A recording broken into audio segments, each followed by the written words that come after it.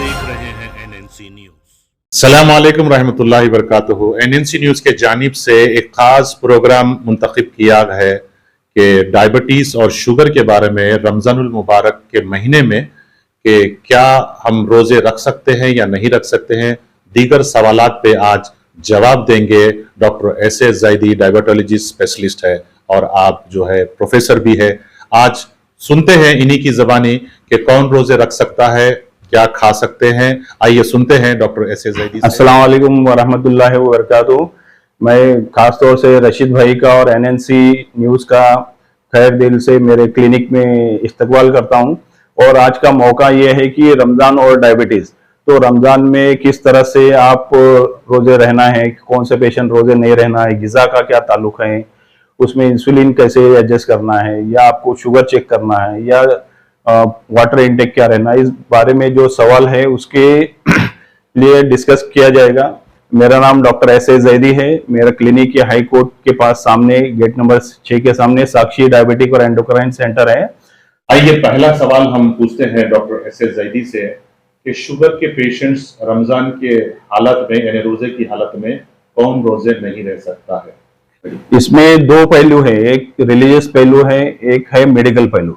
Religious पहलू के हिसाब से जो सूरह बकरा में इरशाद फरमाया है कि रमजान में रोजे रहना है, लेकिन उसके लिए दो ऑप्शंस है, या आप बीमार हैं या ट्रैवलिंग में है। ये इस्लामिक तौर से ये है कि अगर बीमार है तो बीमार की शक्ल में बहुत सारी बीमारी है। खास तौर से आज जो डिस्कस करना है वो डायबिटीज के बारे में। तो जब हम डायबिटीज के बारे में डिस्कस करते हैं तो एडीए यानी अमेरिकन डायबिटिक एसोसिएशन, इन्होंने 4 क्राइटेरिया बनाए हैं डायबिटिक पेशेंट का जो रोजे रह सकते हैं, नहीं रह सकते। उसमें very high risk, moderate risk और लो रिस्क, जिसमें लो रिस्क और मॉडरेट रिस्क वाले पेशेंट रोजे रह सकते हैं, बाकी पेशेंट्स को रोजे नहीं रहना है। तो फर्स्ट ये है कि जो रोजे नहीं रह सकते, जो पेशेंट को बिल्कुल मनाही है रोजे रखने के लिए, वो है टाइप 1 शुगर, जो बच्चों की शुगर कहते हैं, जैसे इंसुलिन की शुगर भी बोलते हैं, लेकिन एडल्ट में भी ये शुगर पाई जाती है। तो जो इंसुलिन पे हैं, दिन में 2 से ज्यादा बार इंसुलिन है, 4 बार इंसुलिन ले रहे, टाइप 1 डायबिटीज, बिल्कुल रोजे नहीं रहना है।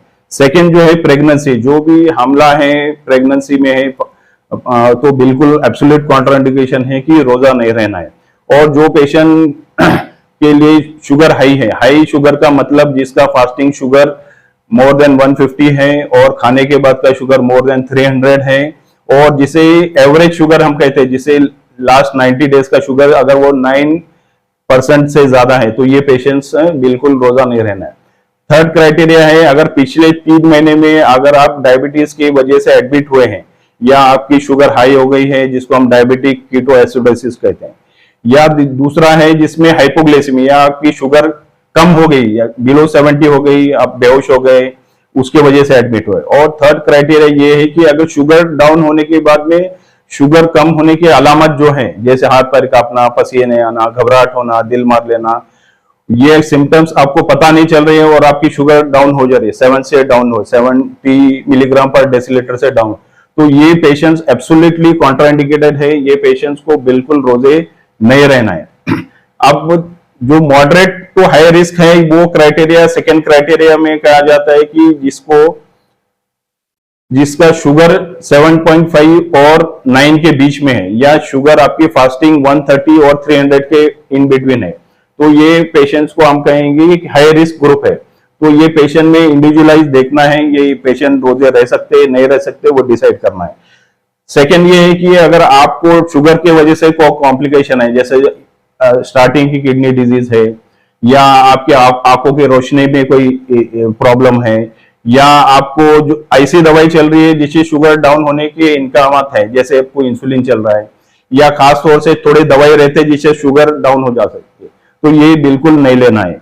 या अगर आपको कोमॉर्बिड अदर डिजीज है, शुगर के साथ में आपको बीपी है, हार्ट डिजीज है, किडनी का प्रॉब्लम है, लीवर का प्रॉब्लम, तो मल्टीपल अगर आपको डिजीज है तो ये फिर आप हाई रिस्क ग्रुप में है, आपको रोजा रहना मनाही है। या आपकी शुगर फास्टिंग में 150 से ऊपर है, खाने के बाद की जो शुगर है वो 300 के अबव है, और HbA1c जो जिसे 3 मंथ्स का शुगर कहते हैं, वो अगर 7.5 और 9 के बीच में है, अगर ये लोग भी है जो हाई रिस्क हैं, इनको रोजा रखना मनाही है। और जो अगर दूसरे हैं जिसकी उम्र दराज लोग हैं, जैसे 60 अबव लोग हैं, ये लोगों के लिए भी अगर क्राइटेरिया हाई रिस्क ग्रुप में आते हैं, या अगर ये पेशेंट अलग अलग से रह रहे, फैमिली नहीं है, फैमिली सपोर्ट नहीं है, जो अगर शुगर डाउन होने की अलामत में करेक्शन नहीं कर सकते, ये दो हाई रिस्क और वेरी हाई रिस्क ग्रुप को रोजे रखने के लिए मनाही है। तो कौन रोजे रह सकते हैं? जिनकी शुगर वेल कंट्रोल्ड है। वेल कंट्रोल्ड से मतलब है आपकी एवरेज शुगर जो है 7 से कम है, फास्टिंग शुगर 100 के आसपास है और खाने के बाद की शुगर 140 to 150 के बीच में है, और आपको कोई दूसरी बड़ी बीमारी नहीं है, आपको इंसुलिन की रिक्वायरमेंट नहीं है, और आपका बाकी कोई ऐसी दवाई नहीं है जिससे शुगर डाउन हो सके, जैसे सल्फोन्यूरियाज है, इससे शुगर डाउन होने की अलामत है।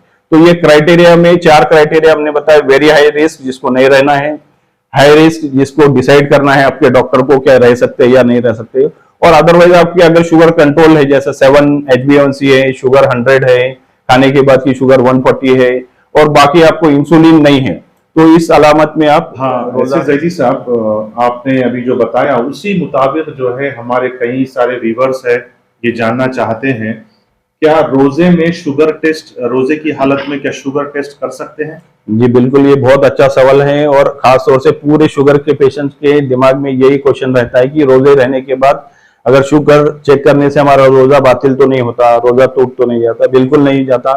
आप बिल्कुल शुगर टेस्ट कर सकते हैं दिन में। आइडियली जो शुगर चेक करना है डायबिटीज पेशेंट रोजा रहने के बाद, एक है आपको जोहर से पहले चेक करना है और एक ईशा के बाद चेक करना है। ये 2 टाइम में है बिल्कुल, जो आपकी शुगर के लिए अगर अनकंट्रोल शुगर है या आपको कोई सिम्टम्स है तो बिल्कुल आप शुगर चेक कर सकते हैं। जैसे ग्लूकोमीटर से जो इजीली अवेलेबल है वो तो घर में कर सकते हैं, या अगर आप लैब में भी कराना चाह रहे हैं तो इससे आपका रोजा बातिल नहीं हो सकता। बिल्कुल आप शुगर चेक कर सकते हैं। एक और सवाल, क्या रोजे की हालत में, यानी जो टाइम है 12 से 14 घंटे का जो है फास्टिंग है, जो डायबिटीज पेशेंट्स है, ये लोग रोजे के यानी सहरी के वक्त कौन से वक्त गोली खाए, इफ्तार के बाद खाए या सहरी के बाद खाए, जो मेडिसिन उनको दिया गया?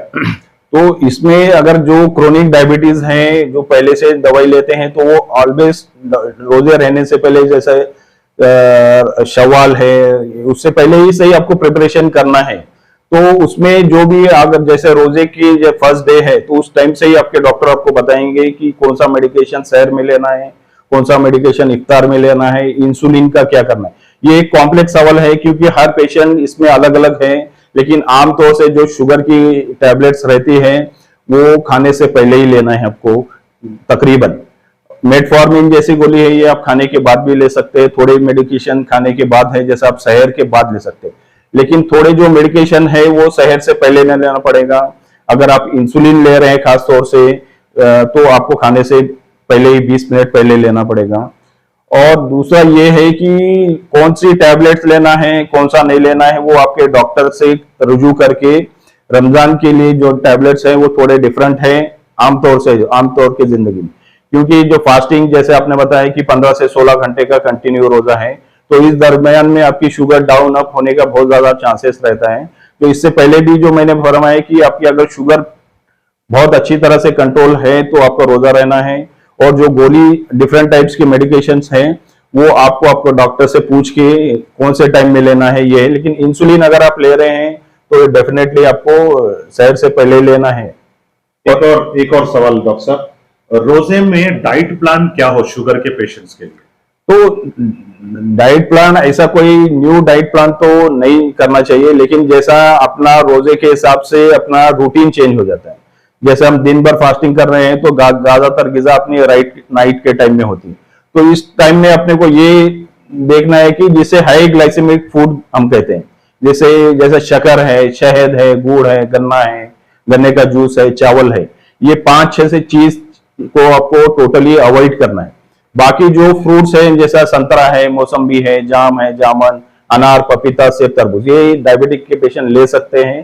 क्वांटिटी में लेना है, बल्क क्वांटिटी में नहीं लेना है। और खास तौर से क्योंकि गर्मियों का रोजा है तो इसमें बहुत इंपॉर्टेंट क्वेश्चन ये है कि वाटर इनटेक बहुत जरूरी है। आमतौर से प्रोलॉन्ग फास्टिंग जैसे 16, 15, 17 घंटे का रोजा होने वाला है, इसमें पानी की कमी से डिहाइड्रेशन का बहुत ज्यादा चांस है, तो पानी का क्वांटिटी जरूरी है। दूसरा है जो हाई ग्लाइसेमिक फूड है जिससे शुगर आपकी ज्यादा बढ़ जाएगी, उसको अवॉइड करना है। फ्रूट जैसे मैंने आपको बताया, फ्रूट्स आप ले सकते हैं।